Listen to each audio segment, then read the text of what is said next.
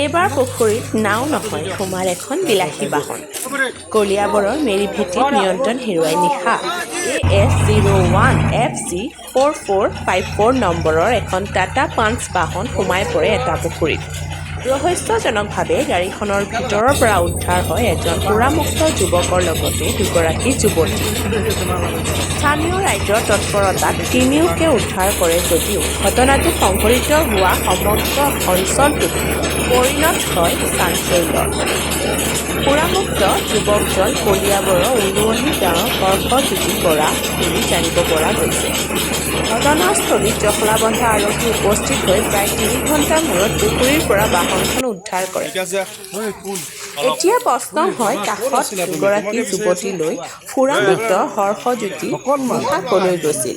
জখলাবন্ধা আৰক্ষীৰ তদন্ততহে পোহৰলৈ আহিব সমগ্ৰ ৰহস্যৰ।